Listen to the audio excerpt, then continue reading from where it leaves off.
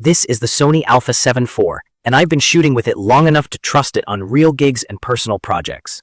My first impression was how natural it feels in hand. The grip is deeper and the controls fall under my fingers without hunting. The stills, video, S&Q switch under the mode dial sounds like a small thing, but it lets me jump from photos to slow motion without menu diving. The record button on top is easy to hit without shifting my grip. The EVF is crisp and responsive at 120 frames per second, so tracking motion feels smooth and exposure preview matches what I actually get. Key features that matter to me: the 33MP full-frame XMOR-R sensor, the Bions XR processor, 10-bit 422 across recording modes, 4K up to 60p, and a fully articulating touchscreen. In my opinion, this sensor is the sweet spot for hybrid shooters. You get more detail than the long-time 24MP standard, which helps if you crop for wildlife or deliver big prints, without ballooning file sizes to the point you dread editing. Dynamic range is great for pulling back highlights or opening shadows, and the color is more natural than older Sony bodies I used. From my experience, low light is where this camera quietly shines. For weddings and events, I'm often at ISO 6400 or 1200-800. Files stay clean enough that a light pass of noise reduction is all I need. IBIS, in-body image stabilization, helps me keep slower shutter speeds usable, especially with primes. IBIS means the sensor itself moves to counter your handshake, so even non-stabilized lenses benefit. For handheld street shots at dusk, I've gotten sharp results at shutter speeds I used to avoid. Autofocus is a big reason I keep grabbing the A7 IV. Real-time tracking and IAF for people, animals, and birds just works. I can follow a subject moving toward me, reframe, and the focus hangs on the eye. It's sticky in backlit scenes and surprisingly confident in dim rooms. I don't baby it. I pick a subject, half press, recompose, and it stays locked. This has bumped up my keeper rate for candid portraits and made erratic subjects like kids or dogs a lot less stressful. Video quality is where this camera earns the hybrid label. Full-width 4K 30 is oversampled from 7K, so it looks sharp without shimmering edges or mushy textures. Oversampling simply means the camera reads more pixels than it needs and downsizes for a cleaner image.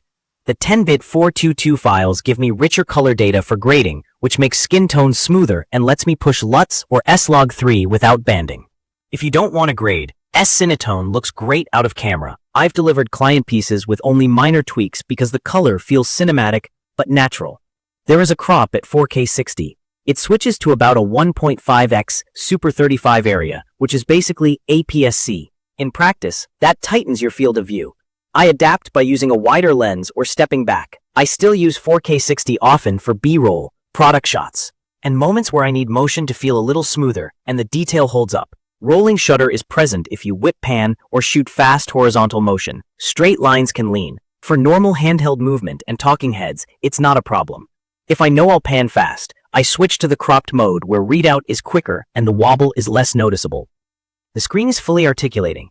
I can flip it out for low angles, high angles, or front-facing work. Touch navigation now works through the main menu, not just focus, which speeds up simple changes. I did have a learning curve with the menus because Sony gives you a mountain of options. Setting up my menu, customizing buttons, and assigning separate controls for photo and video took me a couple evenings. Once dialed in, it became second nature. One quirk: the two top dials feel very similar, and I've spun the wrong one while composing through the EVF. It's a small annoyance, but it happens. Storage and speed matter here. The camera has two card slots. One supports CF Express Type A or SD UHS-2, the other SD UHS-2. If you shoot 10-bit 4K or fast bursts, use V90 SD or CF Express. Slower cards bottleneck the buffer and you'll wait for the writing light. Burst shooting tops out around 10 FPS, which is fine for most action I cover. For serious pro sports, I'd want faster bursts and a stacked sensor. But for bikes, dogs, and general event moments, the A7 IV keeps up. Buffer depth is solid with the right card. With cheap cards, it's not. Battery life on the NP FC100 is reliable. I get through full event days with 2 batteries, and I've done lighter days on 1. USB-C power and charging are clutch for interviews and time-lapses. Heat hasn't been an issue for me, even in warm rooms rolling long takes. Turning the temp setting to high gives the camera permission to keep going. It never shut down on me. Build quality and weather resistance are reassuring. I've shot with it in drizzle and dusty trails without babying the port covers. The shutter and buttons still feel tight.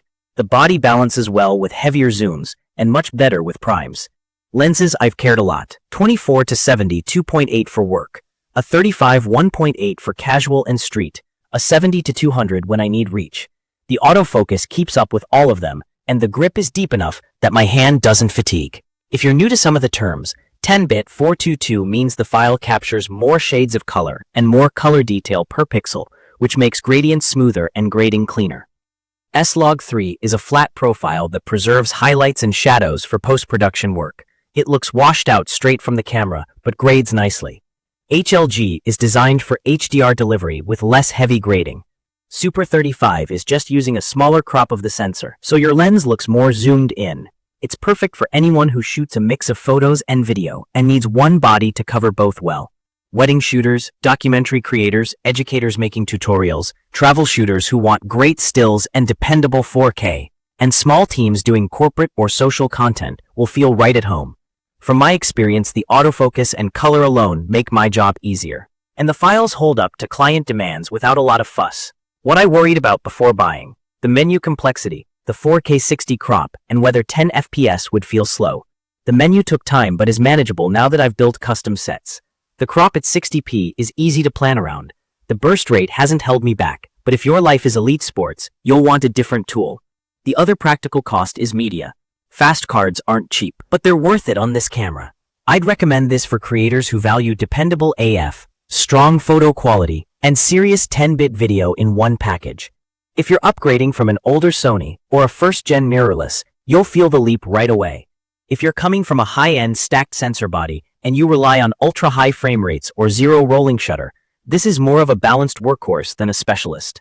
In conclusion, the Sony Alpha 7 IV is the rare camera that fits into a lot of roles without feeling compromised. The 33-megapixel stills look great. The 4K is sharp and gradable. The AF is trustworthy, and the ergonomics and battery life keep me focused on the shot instead of the settings. It's not the absolute fastest, and it asks for fast media, but it delivers where it counts. Image quality, reliability, and ease of use once customized. I keep reaching for it because it consistently helps me bring home the footage and the photos I'm proud to deliver. Check the comments of this video for a link to see the current pricing of the Sony Alpha 7 IV. Thank you for watching.